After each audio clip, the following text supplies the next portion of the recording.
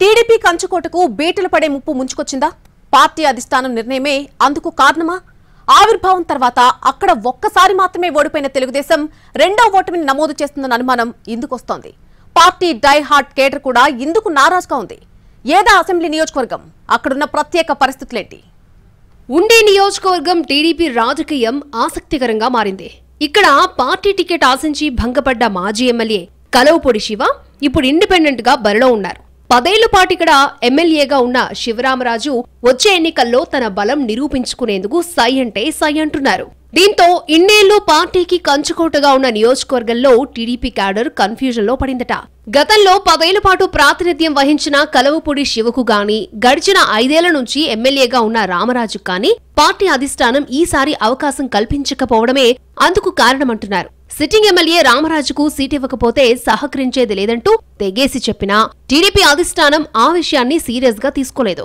రామరాజుకే seat ఇవ్వాలంటూ ఆందోళనలు, నిరసనలు, రాజీనామాలు చేసినా క్షేత్రస్థాయిలో పనిచేసే క్యాడర్ ని పార్టీ పెద్దలు లైట్ తీసుకున్నట్టుగా కనిపిస్తోంది అన్నది లోకల్ టాక్. దీంతో హైకమాండ్ తమ మాటకు ఏమాత్రం విలువ ఇవ్వడం లేదన్న ఆవేదనలో ఉన్న నియోజకవర్గ కీలక నేతలు ఎన్నికల్లో తమ వైపు ఉండే నాయకుడికే మద్దతు పలకాలని ఫిక్స్ అయ్యారట.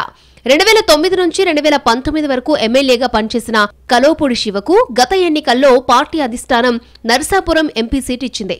అదే సమయంలో ఉండి ఎమ్మెల్యే అభ్యర్థిగా రామరాజుకు అవకాశం దక్కింది.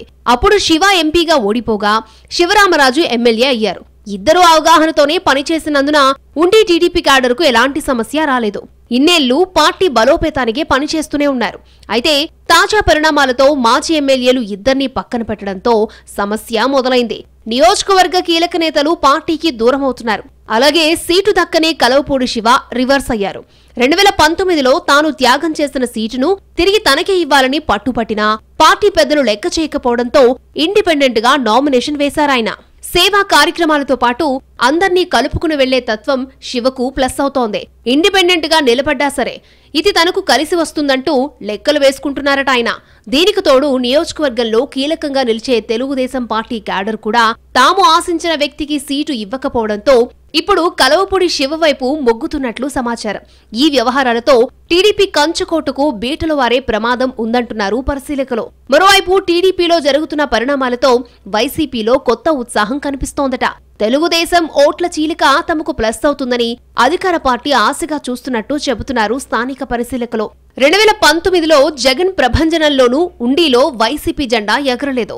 అప్పట్నుంచి విజయం కోసం ఎదురుచూస్తున్న వైసీపీ అభ్యర్థి ఈసారి పరిస్థితులు తనకు కలిసొస్తాయని ధీమాగా ఉన్నారట. ఇండిపెండెంట్ గా పోటీ చేస్తున్న కలవపూడి శివ భారీగా టీడీపీ ఓట్లను చీలుస్తారన్నది లోకల్ వాయిస్. ఇది వైసీపీకి పరోక్షంగా కలిసొస్తుందని అంటున్నారు. నామినేషన్లో ఉపసంహరణ తర్వాత పరిస్థితులు ఎలా ఉంటాయో చూడాలి మరి.